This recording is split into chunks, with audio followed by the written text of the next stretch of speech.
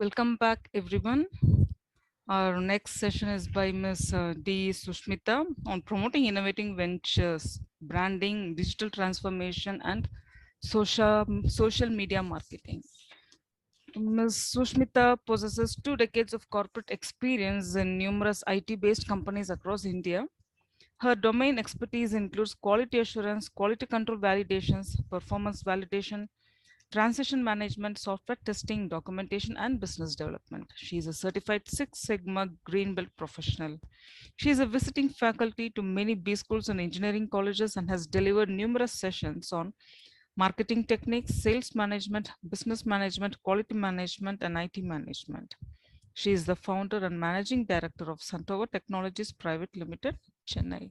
I now invite Ms. Sushmita to deliver the session titled Promoting Innovative Ventures, Branding, Digital Transformation, and Social Media Marketing. Thank you, ma'am. Yeah. Good evening to all. A very warm welcome to this session. So the session for today is going to be on promoting innovative ventures, branding, digital transformation, and social media marketing. So the objective of this session is going to be, we are going to understand as to what innovation is all about, promotion, what are the ways to promote innovation for your ventures, or branding, digital transformation, and social media marketing.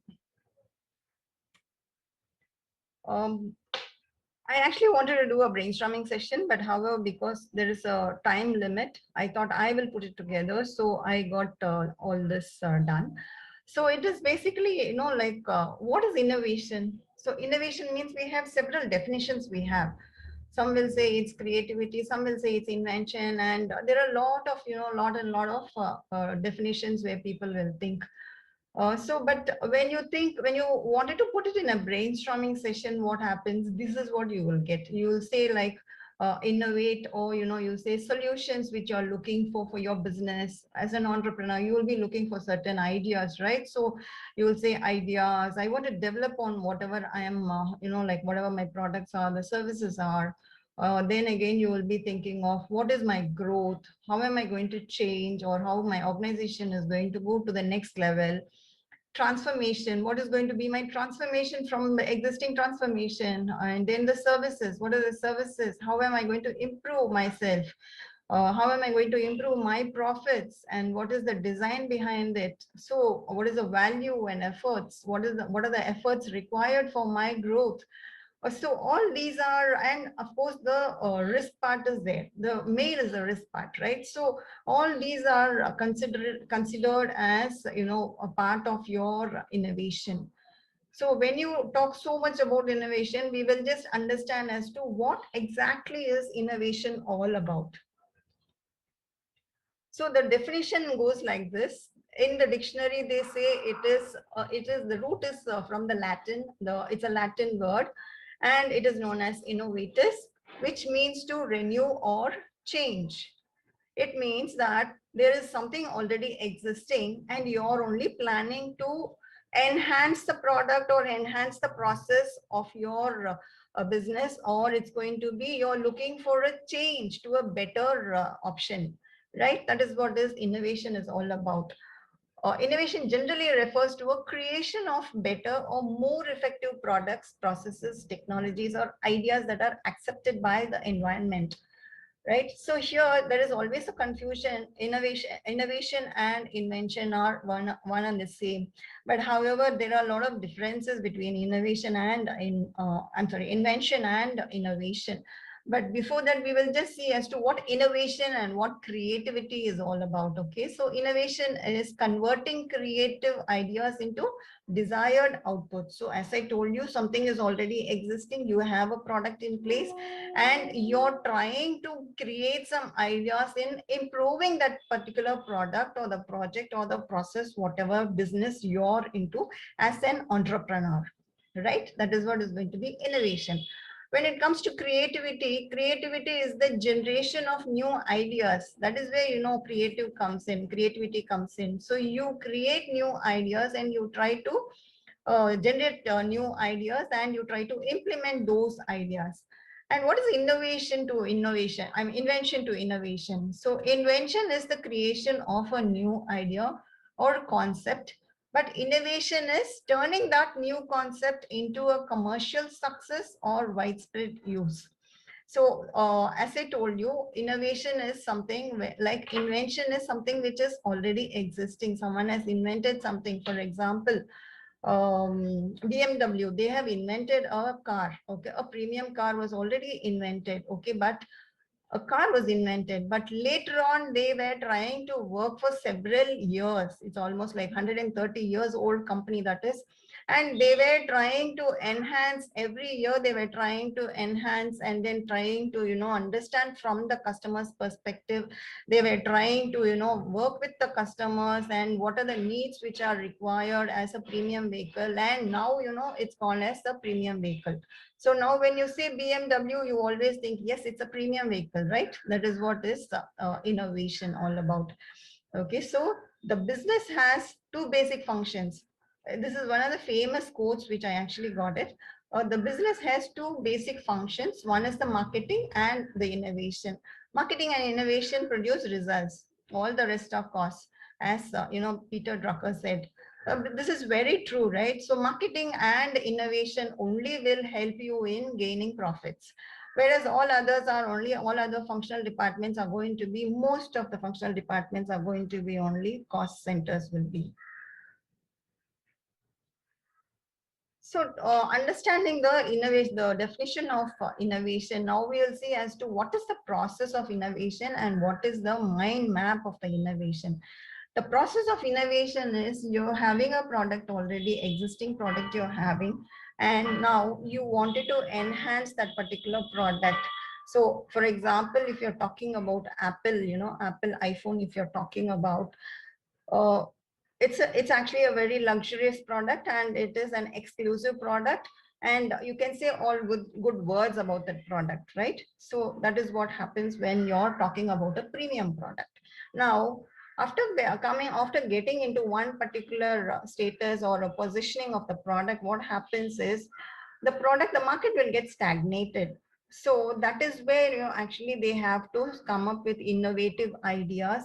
They have to think as to how to go about innovating. Every day they have to keep innovating, doing an research and analysis, and trying to understand as to what are the needs of the customers, how are we going to meet up to the customers needs, how are we going to satisfy them. So all these, will go behind the entrepreneur's mind, and that is where, he has to generate new ideas. Ideas generation can be in various ways. It can be internally. You can have a department as R&D department, and you can try to, have a team, effective team, where they are very innovative, and, they try to get some innovative ideas. When after getting the innovative ideas, there is a lot of process. You have to analyze whether the idea will really work or it will not work, and how, if it's working, means how are we going to go forward, right? So that is what is first is the idea generation, and then you have to share and refine the idea. The second part is sharing. Once, maybe the R&D team has come up with a very innovative idea, saying for example, you can take your the smartphone, or the iPhone also you can take, where they have the face recognition, right? They have this technology which is implemented as face recognition. So for that, actually, they have done a lot of innovation they have done, and then they came out with saying that this is going to really work wonders in the mobile market. So when they actually had that idea, they actually shared that idea, and then initially there were many problems whether to go with it or not. But later on, they actually thought, yes, why not we go with it? And then they started, working on the face recognition technology, and they have implemented in most of the smartphones now. So initially, there will be some resistance, but then, you have to go ahead and analyze and think whether it's going to be really good or not.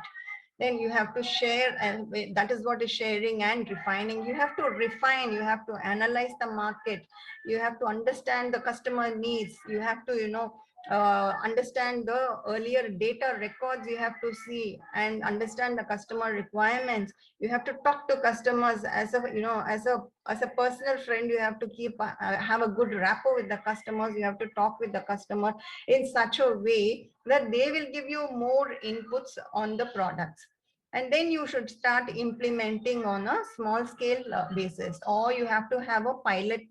You have to do a pilot in the sense, just do a very small trial in your office, or take one department and put a trial, or pilot it for that particular department and see how it's working. After that, you will go with reflecting and evaluating. So once you do the piloting, you will start reflecting, you will start evaluating as to how the outcome was, and after that it's going to be the championing and the rollout.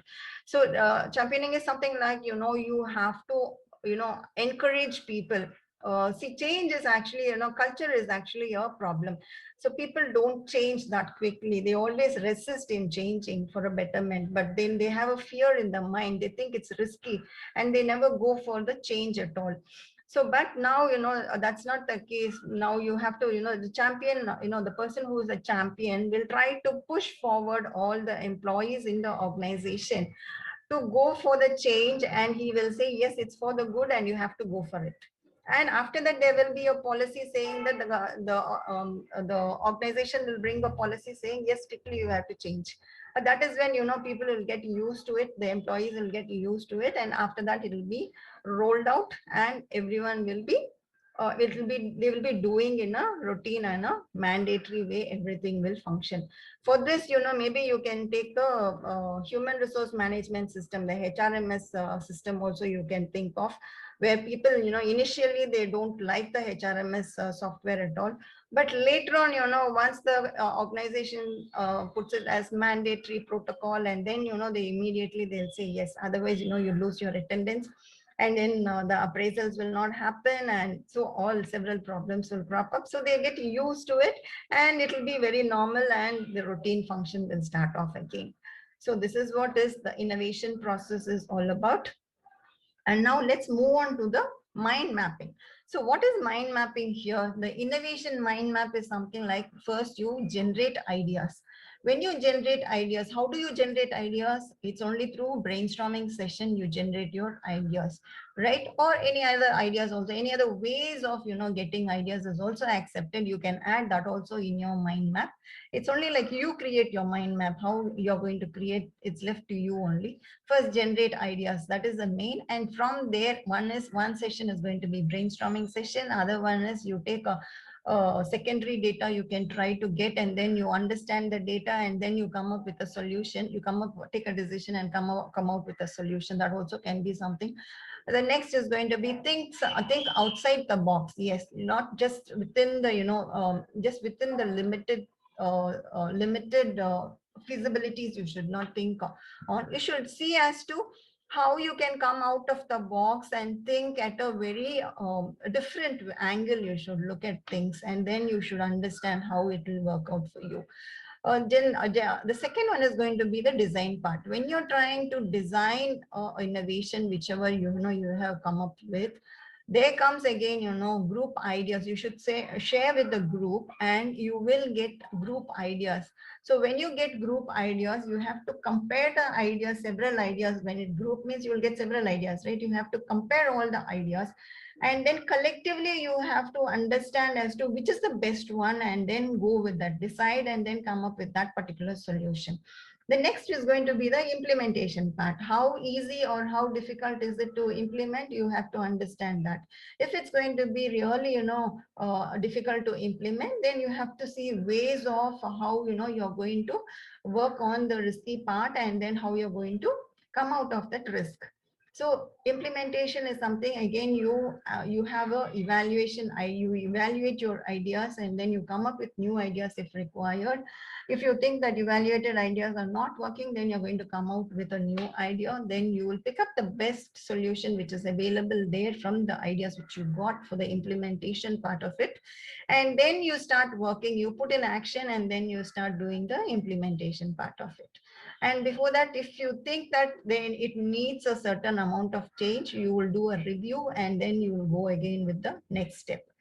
The next is going to be the challenges which you're going to face. What is the challenge which you're facing during the implementation stages, or any other exploration stages also, there will be several challenges which will come in your way. So what are the challenges? You identify what are the challenges, what is the real problem which you're facing, you have to identify, and then you have to look for a solution. So see for several options as to what is your solution going to be. And then finally, you have to stick on to one particular apt and a very perfect solution which will work out wonders for your challenge. So that is what's going to be the challenge outcome. The next is going to be exploring how you're going to explore the data which you are already having. For if you're an entrepreneur, definitely you will have your previous year's data, and since the beginning, or since the beginning of your organization, you will have several data which is there already, which will be collected, and you will have. So you have to explore the data and see as to what is available and what am I going to do with such data. So you should ask questions on your own, and see as to who are the customers.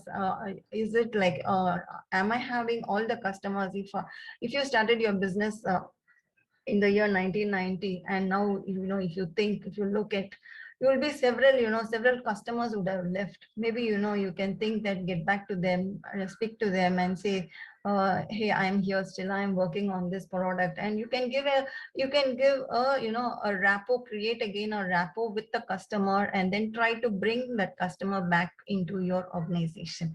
So there are several perspectives which are available in exploring all these ideas, not only with the data, your customer experiences. You may have a good record of customer experiences, very positive.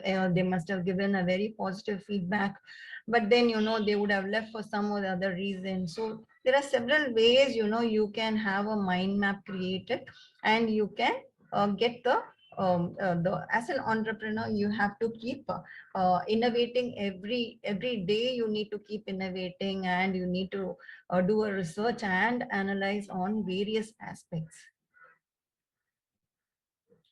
So what is promotion? We were talking about promotion, right? So what is promotion? So promotion it refers to the entire set of activities which communicates about the product, brand, or the service to the user. So promotion is basically, it is creating an awareness in the minds of the customer or the consumer, whoever is using one particular product. If I am using a Lenovo laptop, so someone has to come and they have to tell me that this product it has so many features, it is configured in such a way, we have the latest configuration, and then you have you have the high-end cameras you have, and you have a good loudspeakers which are very high definition speakers you have. So there are several things which are available. So when someone comes and explains to me, that is what is promotion. They are trying to push that product to me in a very happy way, and as an end user, I am supposed to accept it based on the features which are available, as well as based on the capabilities of my capacity. So this is what is creating an idea among the people and attracting. And the promotion is basically is it to induce the buyer to buy the product in the preference over the others, meaning there are several other competitors which are there, like Dell is there, and then HP is there, but still Lenovo is trying to push the product to me. And in spite of all features and all similar functionalities which are available in the other laptop, but still Lenovo is trying to push me, saying that my laptop is the best, my brand is the best. That is what. Okay, so that is what is promotion all about, talking all the good about the product, the services, or or the projects, whatever, anything it can be on. As an entrepreneur, I don't know whether you are going to be a IT entrepreneur or non-IT entrepreneur, whoever it is, because now everything is going to be only IT enabled only. It's going to be, whether even if you're a non-IT entrepreneur, you have to think from an IT perspective only, because everything is going to be only IT enabled now. So now, what are the ways of promoting innovation? What are the various ways of promoting innovation? This is what we have to think on. So there are several ways which we can do promotion. innovatively. So one is discover new markets. How do you discover new markets? See, already there is a lot of competition. Whatever products are available, everywhere, if you have one product, there are 10 or there are hundreds of competitors which are available in the market, right? So now you have to discover, as an entrepreneur, what you're supposed to do is you have to discover as to how you're going to be, a very unique person, or you're going to be very, different person in the market. So you have to, again, you need to do a research, understand as to where the markets are, where the markets are really, busy, and where the markets are not busy, where you need to really tap the market. If you think that competitors are not tapping the market in one particular area, then you need to venture out there, and you need to quickly target that particular market. Maybe if a nook and corner of India, somewhere the market is not being tapped for any one particular product, means immediately, you can target that particular area, and then you can do a market, or you can do your innovative way of promoting your product. So you have to think out of the box, and then you have to come out with really good ideas, and you have to promote your innovatively, you have to promote your product or the projects or services. Even services also it can be, or it can be even a process also within the organization. You have a process, means that also, innovatively you can work, and then you can simplify the product, the process. Maybe if one particular product is being, for example, the food car, actually earlier it used to be like 12 hours, they took for one food car to assemble. But however, after simplifying the assembling technology, and then using various enhanced and emerging technologies, now they hardly take, 90 minutes only they take to assemble one full car, or a car vehicle, or the vehicle, the premium vehicle. Okay, so that is how, innovatively you, as an entrepreneur, you need to keep thinking, and then you need to identify the ways and means of enhancing your skills, and the market position and the product skills also you need to keep enhancing every time. It's a continuous process, and you need to do continuously. You need to keep watching out in the market. So what is diversity in the key? So diversity in the key is something where you have a team, and you need to, diversify the team with innovative ideas. So you need to have a team where they need to, understand as to what exactly is going to be the innovative idea which I can share it to my organization. So that is what. So if you have a team in your organization dedicated for innovation, then that's different. But most of the companies, they won't have anyone as any team, they won't have as innovative people, or the innovative team they don't have. But well, if you have a team like that, it's going to be something really inspiring, and sometimes it will be working very well, because they understand the nooks and the corners of the problems, and they come out with really innovative ideas.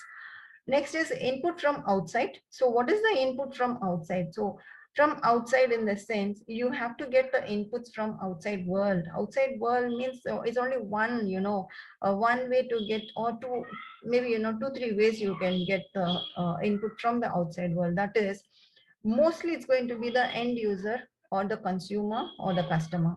Okay, so all these are this, it's only one meaning, but I am just telling you from an end user perspective, because some people don't understand as an end user, some as a customer, and some as a consumer. Consumer and customer are actually different. Consumer is something who consumes that product, or who uses that particular product. Customer is sometimes, he uses and then he leaves. But consumer, where he is now, he is using that particular product, he is consuming that particular product. So you have to speak to your, regular customers or regular consumers, and you have to get the ideas as to how to enhance the product, and the ways and means of, enhancing your particular product. If it's going to be, a camera, or, I mean, if you're talking about a mobile phone, you can, the Oppo, or, there are several players in the market, right? So comparing with iPhone, if you're taking Apple iPhone, if you're taking, they actually, always continuously they keep working, and that's why the brand name is completely different comparing with the other mobile phones. other smartphones, be it, Oppo, or be it Xiaomi, or be it any other Samsung or any other brand, it is actually, you can't compare, they say. And the features are also completely different, and it has a they showcase it as a very premium product, they showcase it. And the rate is also complete, the price of the product is also completely different. So they actually, what they do is, Apple, what they do is, with regard to the iPhone, they keep constant touch with their customers, and then they keep getting information from them as to what exactly are they looking for, what are the features which they are looking for. And what happens every time when they come out with a new, a new version of an iPhone, what they do is they come out with a very creative feature or a functionality they come out with, and they again, they promote in such a way that this particular feature is available in this particular version. So that is how, so they get continuously, they keep getting information from the customers, or you can get information from the testers also. That is another part, testers are also good enough for you, to get some information. And the secondary market, yes, you can get information from the secondary data, or primary data means you have to do again a R&D and try to get information. So that is what is getting information input from the outside. Creating free space, yes, creating free space is very, very important. See, when you're actually really innovating, you should not be disturbed. That is what is very important for the innovators. They say innovators, I don't want to be disturbed by anyone. I want to keep thinking. I want to do something really creative. I want to do something very innovative, they say. When they say that, they are looking for a free space, they are looking for a space where no one should disturb them, and that is when, they really get good ideas, and they come up with the good ideas in the organization, they share the ideas. That is when, even their office also, sometimes people, they will sit very, and they sit aloof, and then they'll keep thinking, and some people will think, oh my god, what are they doing? But still, they have that free space, and they are given that free space of thinking and doing their particular job in a very different aspect. Taking up ideas, what is the taking up ideas? You share ideas, and when you share ideas, actually those ideas are refined, and then they are taken up. Initially, when the people share the ideas, they are not rejected at all. They take some time, they analyze what the ideas are, how it can be molded into a better idea, and if it cannot be molded into a better idea, that is when they drop the idea. Otherwise, what happens, they fine tune the idea which is taken, and then they work towards a better perspective. That is what is taking up ideas. So initially, people don't reject the organization, or the entrepreneur, initially should not reject any of the ideas. Listen carefully is what, is the key for an entrepreneur. You have to be a very key listener, and then get ideas, and then work out on the ideas. Promoting motivation, you have to keep motivating your people. In an organization, your employees, are the key people, right? So as an entrepreneur, you're supposed to motivate them, tell them that yes, we need some innovative ideas in order to move one step ahead in the market. So I'm looking for some motivation, I'm looking for some innovative ideas. Okay, so you can have a team, and then you can tell them, this is what your, maybe, within 1 month's time, I want something, I want everyone to send some ideas, like something like that. You can create a certain, internally, a certain mailer, or, whenever you have gone out on a, or when if you've gone out on a gathering, something like that, there you can start creating a brainstorming session, and then you come up with ideas. Like that, you can start doing it. So internally, from the employees perspective, you have to promote and motivate them in such a way. Clear rules regarding the development of ideas is, you have to lay a clear idea, and give them an idea as to what exactly are you looking for. If it's going to be a product based company, means you have to explain to them as to, this is what I'm looking for. I'm having this particular product, right? So I want to enhance this particular product, and I want ways and means of enhancing the product.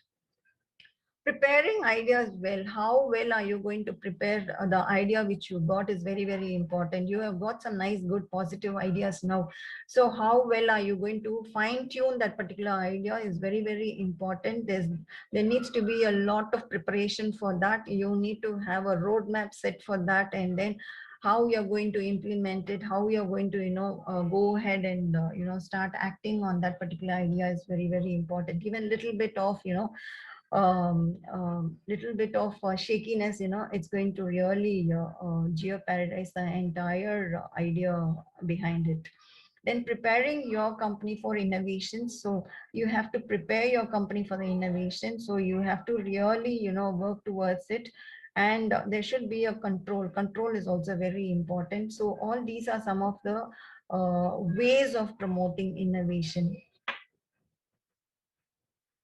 So what is branding? So now moving on to branding, we'll understand as to what branding is all about. Every one of us know what branding is, but still, there's a lot of difference. Brand is something like you have in your mind, or there is an awareness created in the mind among the users. When you use one particular, if you're a very, a strong tea consumer, what will happen? You immediately think of either a Taj Mahal or a Three Roses brand only, you think, right? That is what is branding all about. If you're something like, when you consume something, that is when you think, oh yeah, this is what I'm thinking of. So that is what is all about brand, and creating an awareness among the end user is what is branding. When I say I want tea, means immediately, I can't go buy any, any sort of a tea. I can't go and buy, right? So I have in my mind, I have certain restrictions as to which company I should go for, which brand I should go for, and what is the, what is the type of tea, whether it's going to be a lemon tea or it's going to be a green tea or a normal tea. So there are several, possibilities of analyzing my brand and then going ahead with that. So considering all the ways and means, then finally you come up land with one particular, brand, and then you try to get it. So this is what is a successful brand is always well defined and relevant to the market. You might wrongly assume that if you have a tagline, yes, if you have a tagline, means just like with a tagline and a logo and a business card, that's not a brand at all. Okay, so in that case, everywhere, brands are available, and everywhere logos are there, everywhere taglines are being, there, and then for every business you have a logo and a tagline, right? And then around 63 million, users are there, entrepreneurs are there. So it doesn't mean all 63 million users, we are having in our mind, right? We don't have all that. So it's only like how we are going to create a brand is very, very important. Being having a business card is not enough at all, but still it works in some places. Then your branding is, if this is what is everything, means that is not everything. You have to have go ahead something else, and then you have to create your own brand amongst the people. The process of branding is complete only when you have carefully defined and considered the 5 key elements. The key elements which are going to be as promise, position, personality traits, story, branding story is there, and the branding association. So we will see in detail as to what these 5 elements are. So the elements of branding are, one is the brand positioning. So when you're talking about brand positioning, and then you're talking about brand promise, this is what happens. You have a brand personality, the brand story. So there are several stories behind the one particular brand. And then association, in association with what is the association you're trying to convey, or whom are you having an association with, so that your brand is really going to work out very well. What is the promise? The brand promise is something where as an entrepreneur, you have a product and you're saying that I'm going to give this particular product, these are the features, and this is what is the price, and you have to keep up to the promise. That is what, if you don't keep up to the promise, then your credibility in the market is lost, and the sustenance of the company is a very shaky, it's a very shaky appearance, and then it will be very difficult for you to come back into the market later on. So brand positioning, brand promise, and the personality story and association are very, very important. So here brand positioning, as I told you, it's going to be like an organization whom it caters to, what your unique values are, what it actually differentiates, how you're going to differentiate from the other companies or the competitors, and what consumer can gain by using your product or service is collectively known as a brand positioning. So collectively known means in the sense, like when I told you about the tea, when I told you, I told you about the various categories are available in the tea, and then I told you about the price. Not only that, they also see what are the ingredients which are there in the particular brand, whether they are safe for us to consume, or they are hazardous for us, so that we will not go for it. So there are several things, the packing, the packaging which is there, that also adds a lot of value. So everything, put all this, only it's going to be a brand. So brand positioning is very, very important, and it has to be in such a way that people really like it, and then it's only when they like only, they go for it. Otherwise they never come near the product also, even if it's several years after that also, people will never think of going for it. Once created in the mind, it's there forever in the minds of the people. So next is the brand promise. The brand promise is something, as I told you, when you promise, from as an entrepreneur, you will give promises to the public or to the customers, saying that this is what, to the prospects, maybe, to the prospects. You have to try to get more prospects, and you have to retain the customers, whoever are the existing customers, you have to try to retain them with the promises. When you retain your existing customers, what happens, the word of mouth spreads, and then you get more business out of them. So that is what. So when you're as an entrepreneur, you should try to come up with more than having, like word of mouth. uh, you can come up with promises. When you're coming out promises, what happens is, it has to really, you have to keep all the promises in your mind, and then you have to deliver the same to your the customers and the prospects also when you promise them. So this is very, very important. Similarly, as an employee, there will be several promises during the hiring time. There will be several promises which you would, told to the employee. Maybe, after 6 months I will promote you, or after 1 year I'll promote you. But still, if you don't keep up the promise, the employee will get dejected, and the employee will look for another job or something or the other. There will be some unwanted mishaps which will be happening in the organization. So like that only is going to be, even as an entrepreneur, the end customer also will be having some problems, and the ways, you have to see the ways to come out of such problems. So next is the personality, the brand personality. Brand personality is a set of human characteristics that are attributed to a brand name. The personality is something like, if you're a very kind person, or if you're a very, a soft person. For example, if you're a lady who's very soft, and usually most of the ladies, they are very soft, and they are very, they always, be very kind, and soft, all, all the positive things, or of the ladies, whatever you think of, that is actually, that will be more counted during the brand time. So supposing, for example, when I say, if, for example, you can take the Dove soap, so Dove soap, they actually say it's something like uh, it's a beauty, to enhance your beauty, they say the Dove soap is used, right? The company actually, they promote, saying a campaign, they promote saying that the real beauty, the campaign which they promote in Facebook and all these social media networks. We'll talk about all the social media networking thing in our upcoming slide. But however, I'm just telling here, as a brand, Dove as a brand, they actually, most of the women who are very kind, and who are very, light-hearted, and who are looking for a very soft, who are very soft people, they look and they go for such products only, they go also. That is what is based on my personality.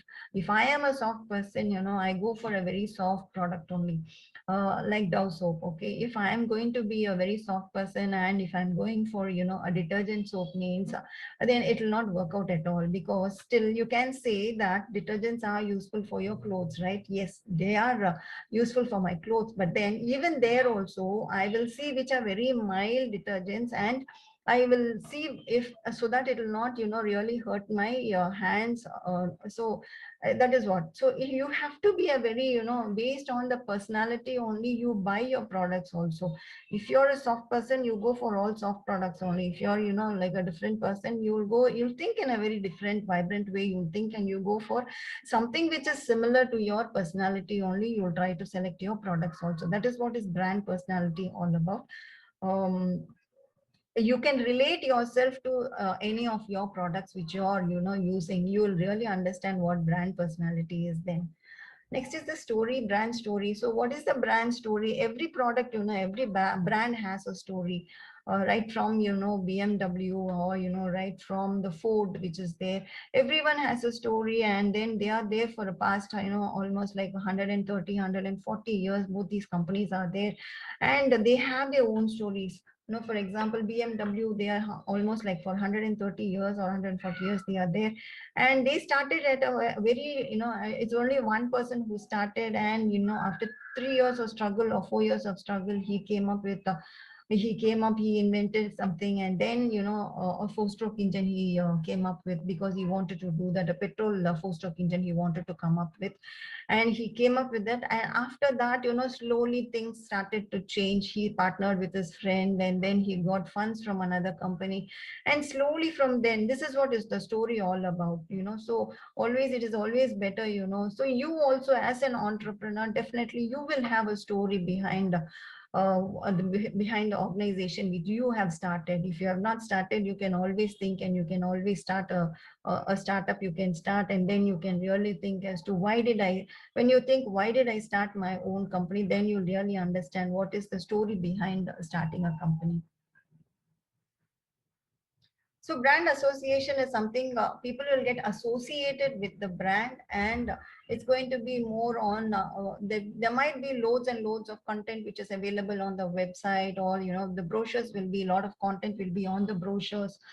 So everywhere, you have content available, but still, I say content because it's content management and not content. Content is different and content is different.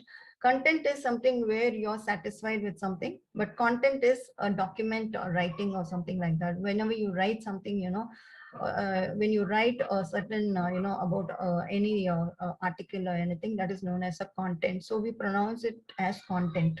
Okay, so here what happens is there will be a lot of content available everywhere, whether it be a website or brochures, or, it can be a blog, anywhere, wherever you have, you will have content available. But how we are going to associate with the brand is very, very important. For example, when I say this particular brand of soap, Lux, when I say, what will happen, you will immediately associate a film star with the Lux soap.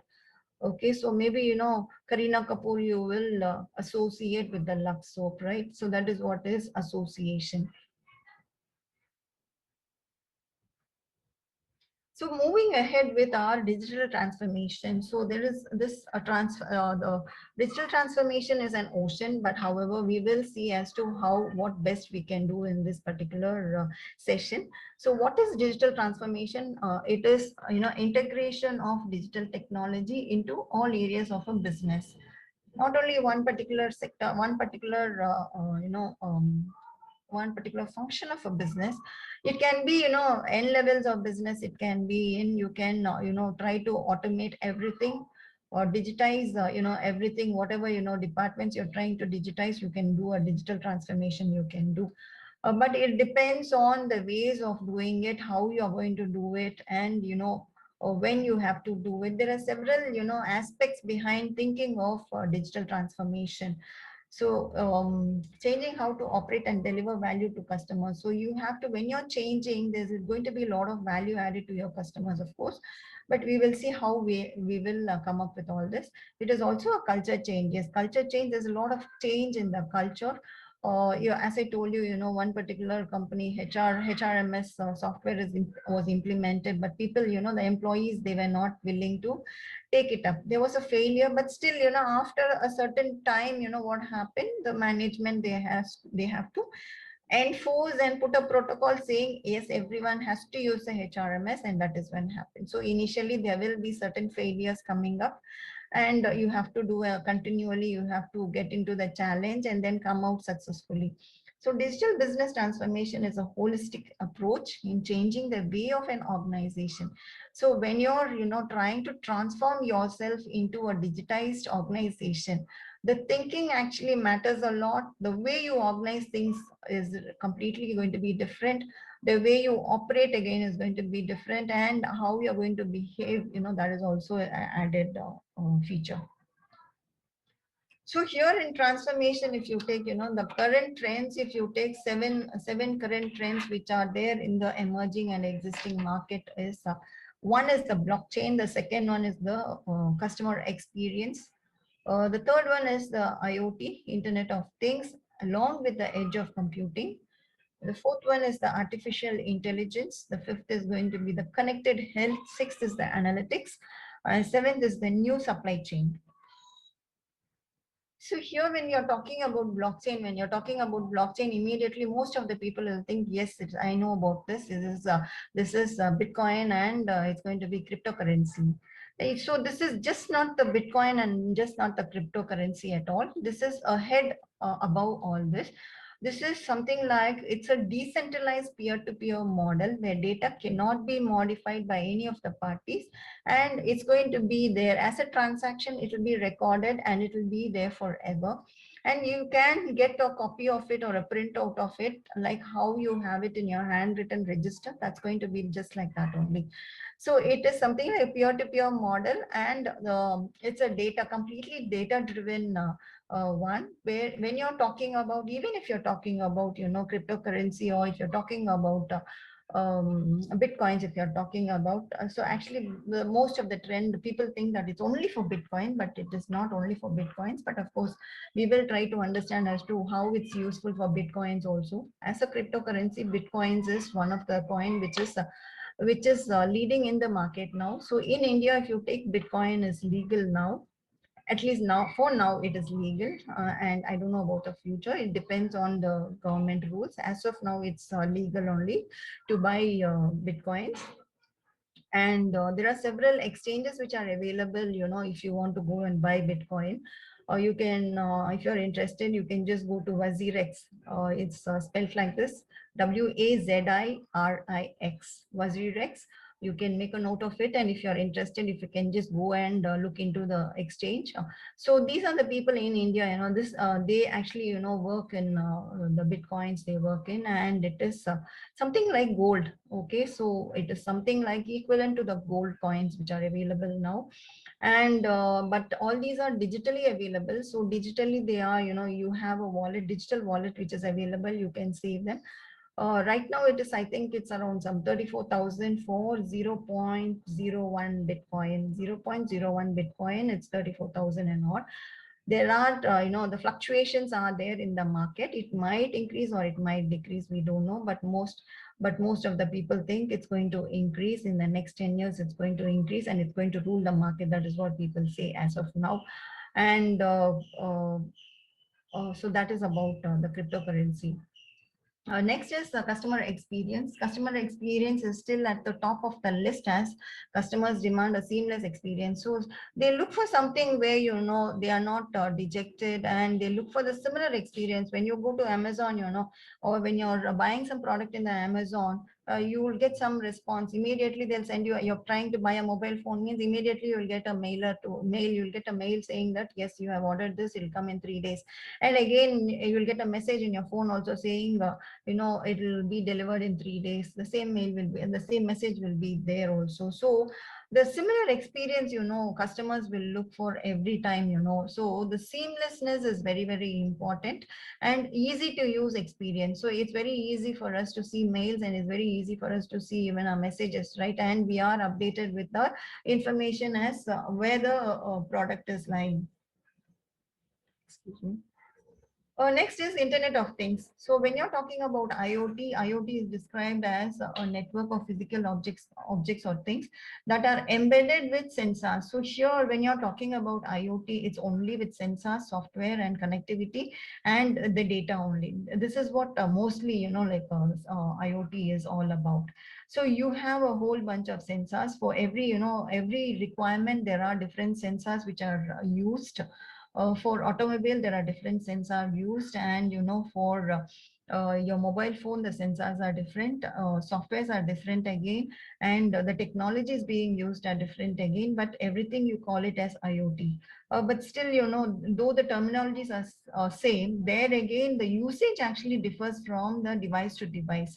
If you're using an end device, like if you're wearing a watch, that is going to be an IoT watch, means then that's going to be a smart watch, you will be saying it as. Then again, it's going to be your smart glasses or goggles you're talking about. So all these are something where you can talk about the devices. So this is something where it involves more onto sensors, software, and data, more of data, and then the connectivity. You need to have internet connectivity so that the data, whatever is available, will be updated with the sensor, with the help of the sensors and the software. It will be updated, and you will get data in your system saying this is what is happening in this particular area. If for example, you're in a reception area or hotel reception area, if two people have entered, immediately the data will be sensed and it will be sent to the entrepreneur saying these two people are there in the reception area. So for example, only I told you this, but it has more than that. It has many other values it has, but in simple terms I told you. The Internet of Things and edge computing are related because edge computing addresses IoT challenges. So what are the challenges do you think in the edge computing? Internet of Things is one part of it, but along with this, edge computing is something where the nodes are being placed at the edge or at the edge, so that the IoT signals will be received easily with the help of the sensors. And then the challenges are met easily. What are the challenges? Here the challenges are latency is one particular challenge. Latency and traffic also. The traffic is sometimes you won't get signals and the traffic will be a problem. Delivering the data will be a problem. So traffic is very, very important. So network connectivity and the edge is very, very important at that point of time. And the other thing is latency. Latency is one particular packet, in the data, the particular packet, if you're requesting, and if it's not coming to you immediately, I mean, on the internet, you're looking for a Google, you're doing a Google search and you're trying to get some information, but you're not getting it immediately, means it's a problem.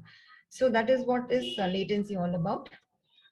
So artificial intelligence refers to the simulation of human intelligence in the machine that are programmed to link like humans and mimic it. So this is something like, our mind only, it will act. And it's something like simulation in the sense copying a human and trying to program a language with artificial intelligence. That is what is artificial, they call it as intelligence views. Now, it's one of the top technologies used in many of the organizations. Connect Health is something where, you're connected with most of the doctors, and all your medical records are being, electronically fit in, and then electronic healthcare management is the healthcare management system is there, where all these documents are, electronically, they are sent to the doctor. The doctor will check, and then he will prescribe remotely. He will give you the advice, whatever advice he is supposed to give you, he will share the advice. Analytics is completely on the data driven. You will analyze what the statistics are, what is the data all about, and then how to interpret the existing data, and then how you can come out with a meaningful using the data, existing data, how you can come out with another challenge in your organization.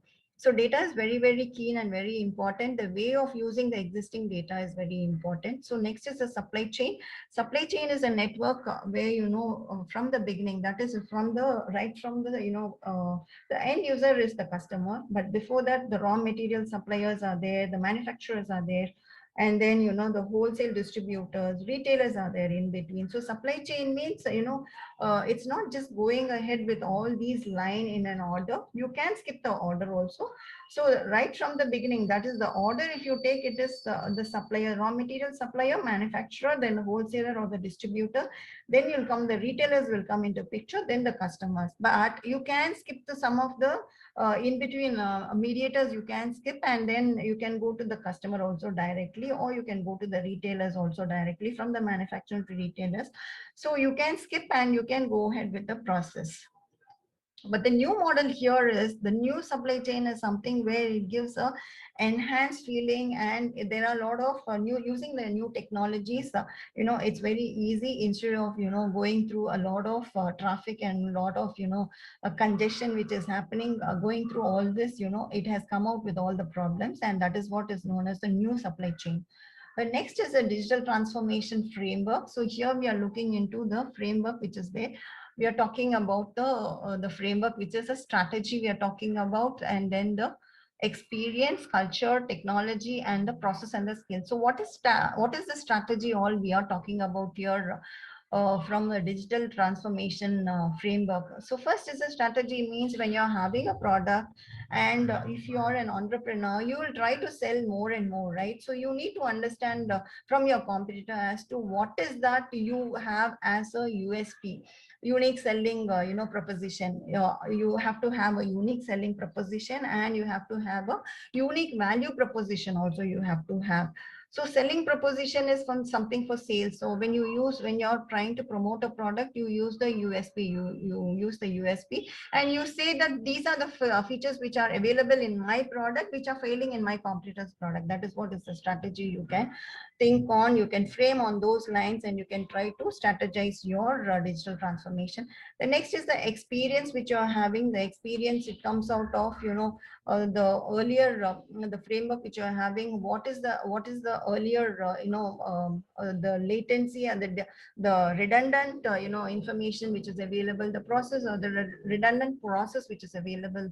So all that you have to take into consideration and see how it can be digitized. Next is the culture. As I told you, culture change is very, very important. There should be a whole, the entire organization should try to change, and then, come up with the innovative, the transformation. I'm sorry, the transformation. You have to come up, and you have to accept the transformation, the digital transformation. Everyone should try to change, because certain people, they will not change. I know certain people, where they left their jobs in banks because they were not able to change the culture at all. So that's a very big disadvantage. The next is the technology. So technology, you have to keep ahead, you have to keep understanding, keep abreast with the technology which is there every time.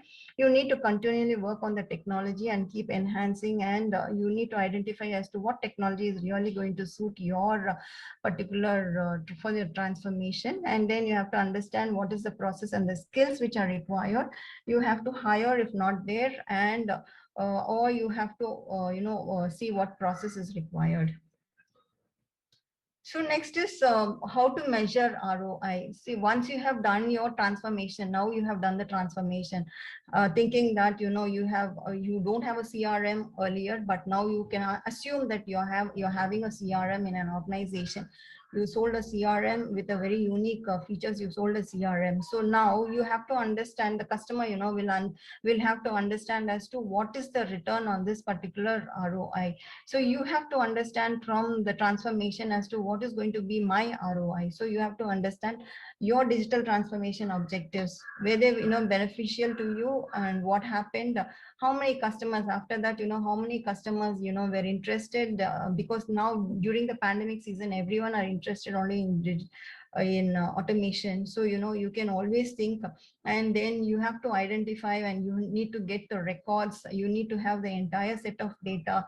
You need to compare your earlier data with before transformation data you have to have, and after transformation, what is the data you have to have, and you need to understand your digital transformation objectives. So what is the objective is very, very important. Then clearly define your cost centers. You have several cost centers. If you are having, means you have to, set define a certain protocols. You have to define and understand what the cost centers are, how they are, working earlier, how the working was, and now after the transformation, what is the output of the change. Or take a wide view of the measurement. You have to keep measuring every time and set realistic time scales and milestones. See, you have to keep really, time scales and milestones are very, very important. You have to keep a record of every day or every week or every month, the change is happening, right? So you have data automatically, all the data will be available. So you need to understand every day what is happening, where it's lagging or what is happening, how you can improve again, you have to understand. But you should never stop your measurement at all. You should continually, you should keep measuring so that you can keep enhancing your ROI. So the benefits of transformation: optimized business process. So you'll have enhanced business process definitely. Instead of having a 1 hour work, you may finish it in 5 minutes or 10 minutes. Remote access to data. Data can be accessed everywhere, anywhere in the world. You can access the data. Increase productivity. More transparency. I think these are very, candid, and I think you'll be able to read it. So while still better customer experience, new or improved products and services, increase sales, space for innovation. There's a lot of space. We spoke about space for innovation, right? Digital presence. So this is present everywhere now. Most of the organization are trying to change from the traditional way of operating to digital way. New contact channels with the customers, better decision making, because based on the earlier data and the customer experience, you have a better decision making now. It improves efficiency and productivity. It encourages innovation also. It makes communication and teamwork easier. It improves working condition very, very good. Next is the journey. How the journey, where should you start on your digital transformation journey is very important. You should ask questions. If you're an entrepreneur, immediately you will not jump in and say, yes, I'm going to do everything transform tomorrow itself, I'm going to transform. No, that's not the way at all, and that's not going to work in any way at all. So you should initially ask as to what is that I need to transform. Is it going to be one particular department I'll try to transform, and then later on let me do one by one. You can do just one particular department. Take for example an accounts department, or you take a HR department, and then try to do an investigation, try to prioritize your task, and then try to understand the current situation and what is that you really need to work on. And then you need to understand and then try to mitigate the risk, because everything you can't do at one point of time. So you need to understand the risks also, and you need to cut costs also. So when you're working on a transformation, simultaneously you should understand the cost will be too high. So you need to cut costs wherever you think it's not going to be useful for you. Understand the applicability. So when you're understanding the applicability, it's going to be mostly, you'll think redundancy means, then you have to really think of digitization. Criticality, then rate of the change, competitive advantage. What is the competitive advantage with my customer is very, very important. With my competitor, that is what is very important. Then what is the value? Value proposition is very important, right? So business value is very important. Get started planning for your transformation. So you have a roadmap. You should have a roadmap, and then you should plan well in advance, and then you should give a start. After that only you should kick start off with your project. Otherwise, everywhere there will be problems, and whatever you have started also, it will not go well at all. So have a good roadmap as an entrepreneur, plan well, and then analyze everything in detail and try to work on the transformations. So 1 minute, I think someone. So I think someone has sent me a question. I'll just take it up later on. So meanwhile, we'll complete our social media marketing we have now. So let's concentrate on that. So social media marketing is, so there are 1 minute.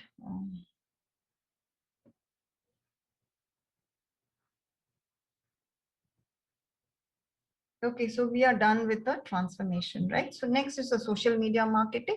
So what is social media marketing? It is one of the, you might have heard about digital marketing. Most of you, I'm sure most of you must be knowing about digital marketing. So digital marketing, one part of a sub part, or a very small part of it is what is social media marketing. So where you have several platforms which are available, and you try to promote your particular products on these particular platforms. That is what is social media marketing. So social media marketing is the use of social media platforms to connect with your audience, to build your brand, increase sales, and drive website traffic. The major social media platforms which are available here are, most of you are very much aware of, is the Facebook, Instagram, Twitter. I have taken only the very famous ones only I have listed here. So Facebook, Instagram, Twitter, LinkedIn, Pinterest, and then YouTube and Snapchat.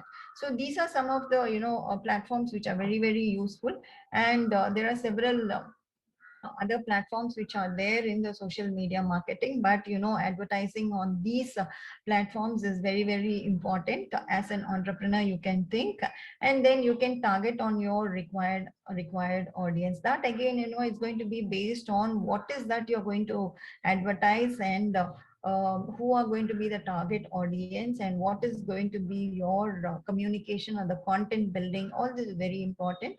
So we will just see here. Buffer is a platform of social media marketing.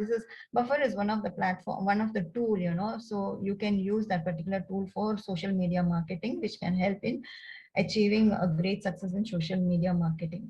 Okay, so social media marketing, how do you start? As an entrepreneur, you must be thinking, right? Where should I go and start? What should I do? First thing is you have to have a website. You have to have a website running, and after that, you can do anything in social media marketing. So first, when you're thinking of when you're thinking of a website, you have a company. As an entrepreneur, you have a company, and then you have a website. So these two are very, very important. Next is going to be your how to start, where to start, evaluate your resources.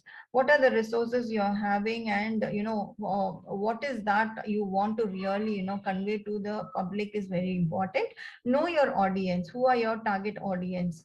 If you're promoting one particular product, maybe if you're trying to promote a book, if you're trying to promote maybe seven good habits of something like employee or something like that, if you're trying to, or any product, if you're trying to put it on the social media platform, then you should try to target the audience. If it's going to be a very casual product, means like soaps, and or textiles, or ready-mades, all these, you can really go ahead with your Facebook, and you can try to create a campaign, and you can try to promote the products.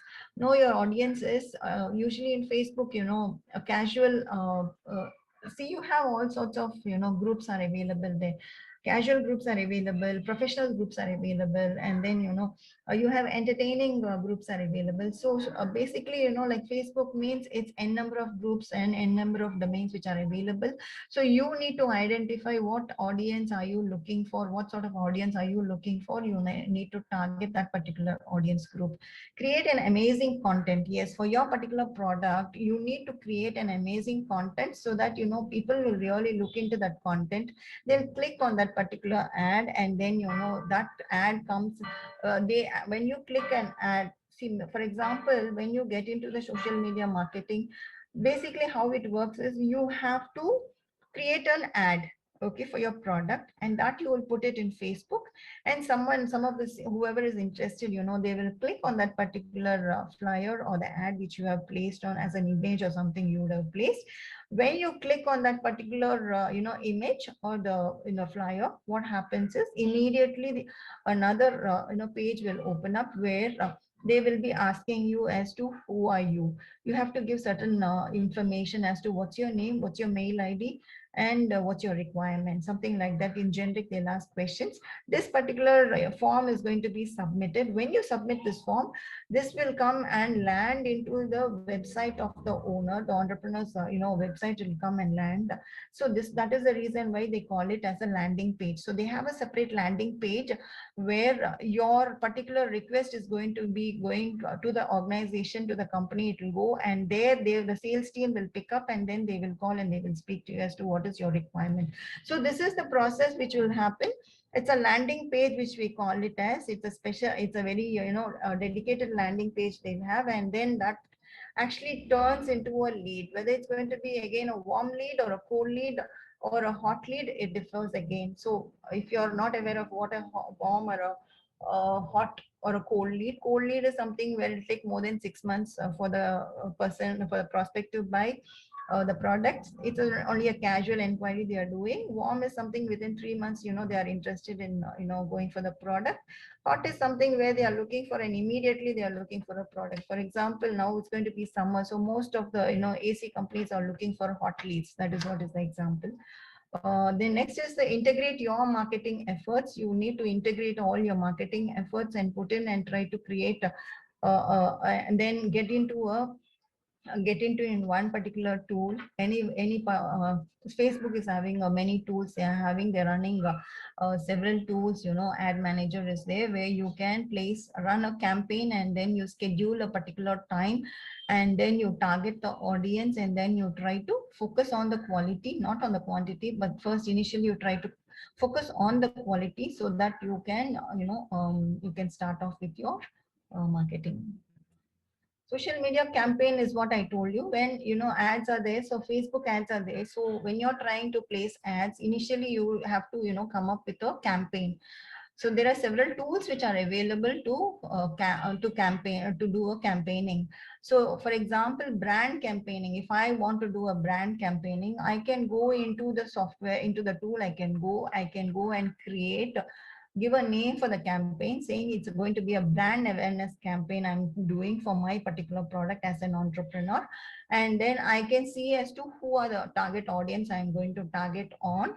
And then I can even if you want to target one particular location, if you want to target also, you can target a particular location or a state. Maybe if you're interested, you can try like Karnataka or Andhra Pradesh or Telangana or West Bengal, any one particular state. If you want to target on also, you can target, and you can do a campaigning like that also you can do. So it depends on what exactly your products are, and what are the services you're providing, and what is that you want to really convey the customer, and what is that you want to sell them is very, very important. Social media campaign goals are getting feedback from the users, very important. Building email marketing list is important. And then increasing website traffic. When you're doing all this, like when I told you landing page, there'll be a lot of increase in the traffic. Everyone will start looking. If they are interested, they'll start looking into an ad. There'll be a lot of traffic coming into your website. Otherwise, people never look into the websites at all. So blogging also is very important. You need to keep writing. As an entrepreneur, you need to keep writing blogs about your products. Improving overall brand engagement, directly driving the sales. Advantages of social media marketing is increased brand awareness. So you need to, when you're giving an ad, definitely there will be a brand awareness campaigning you're doing. First, you need to do a brand awareness campaign, so that there will be a lot of people who look into your ad, and they'll try to understand, yes, there's something which I saw in Facebook. Maybe I can go ahead and look at it again. So that is what is brand awareness. More inbound traffic. You have more inbound traffic which will keep coming in. So more people will keep looking into it. Then improved search engine ranking. So search engine, when you go into Google, and do a ranking, do a search, what happens? There will be several websites listed. So there you have organic and paid ads also will be there. So if you look down, there will be a small square which is a paid ad. If it doesn't have the square, is not there, means it's a organic or a free ad. So that is what is the rankings will be there. Usually when you do a Google search, you look only for the first 3 or 4 sites only you look. After that, there'll be several pages. You never venture out to see on the several pages. So ranking is very important. So you have to understand that ranking 1 and 2 are very, very important. Higher conversion rates will be when you have the rankings better. Then better customer satisfaction, improved brand loyalty. The loyalty of the brand is very, very important, and you have to, improve every time. Continual improvement is very, very important. More brand authority, cost effective. It has to be cost effective also. And so when it's actually cost effective only comparing to the traditional advertising. It's very, very cost effective. You're trying to reach more people also, and instead of selected people, you're trying to reach the particular target audience you're trying to reach. It's not going to be one or two, it's going to be a bunch of target audience you're going to reach on. Then gain market place insights, then thought leadership. When you're a thought leader, definitely there'll be a lot of improvements there in the ad. So social media marketing statistics, when you're talking about statistics, what happens is here, this is what are the statistics. There were 3.5 billion active social media users. Okay, so worldwide in 2019, so 45% of the worldwide population are using the social media networks, they are the platforms they are using. So 3.5 billion means, I think now it must have increased also, because I am talking about the 2019 statistics. So imagine, during the pandemic, everyone was only online and everything was digitized, right? So and definitely I'm sure there's going to be a lot of change in this particular statistics. But I never got the updated statistics. That's why I'm sharing these statistics with you. 11 new people start using social media every second. So every second, just imagine, no, 11 new people are using the social media. So that is the trend now. So the average American has 7.1 social media accounts. So 7.1 social media accounts, 7.1. So Facebook business pages are now number more than 60 million we are having. As of 2018, 35% of the marketers use live video on social media. 93% of all marketers cite more exposure for their business as a number one benefit of social media marketing.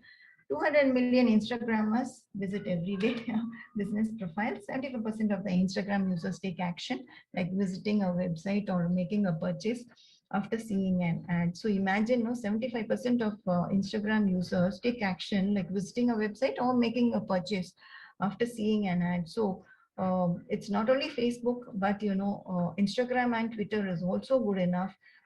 So besides that, LinkedIn also generates a whole bunch of leads they are generating. So if you don't have a LinkedIn account, please go ahead and create a LinkedIn account, and you try to work with um, generating leads from there also. In LinkedIn, you have several emails which are available. You can do email marketing. Email marketing, of course, it has to be very authorized email marketing. It has to be not the unauthorized email marketing, because that will not encourage your business, but in return, there will be problems creating for you, because it is going to be an unauthorized email which reach into the public's mail. Next is the YouTube mobile ads receive viewer attention 83% of the time. Okay, so YouTube mobile ads. So the mobile ads are actually, sometimes they are very disturbing, but then, it's a disruption. But still, people, go along with it. So that is what is social media marketing statistics. Looks like these statistics are very important. So our upcoming session is going to be on tomorrow. It's going to be our next session, role of IoTs in innovation. So Professor Dr. J. Indumati is going to talk about this. And the second session is going to be on startup, enterprise promotion, working capital assessment, BEP, and BEP is break-even point, and developing strategic business plan, role of investors, role of investors, and expectations. That is going to be done by OS Khan. Okay, so now we are coming into the question part of it. So I think someone has asked me some questions, so let's look into that. Madam, brand positioning for soft drink cafeteria, brand personalities, IAS, young officers. Yeah, thanks very much for listening, and I request to come up with your questions. So someone has asked me direct messages. Okay, Madam, my idea regarding elimination of drunk and drive by introducing a highly nutritious energy giving cool drink is such a no touch alcohol. Okay, it's a good idea, but how many are going to go with it is really a question. I want to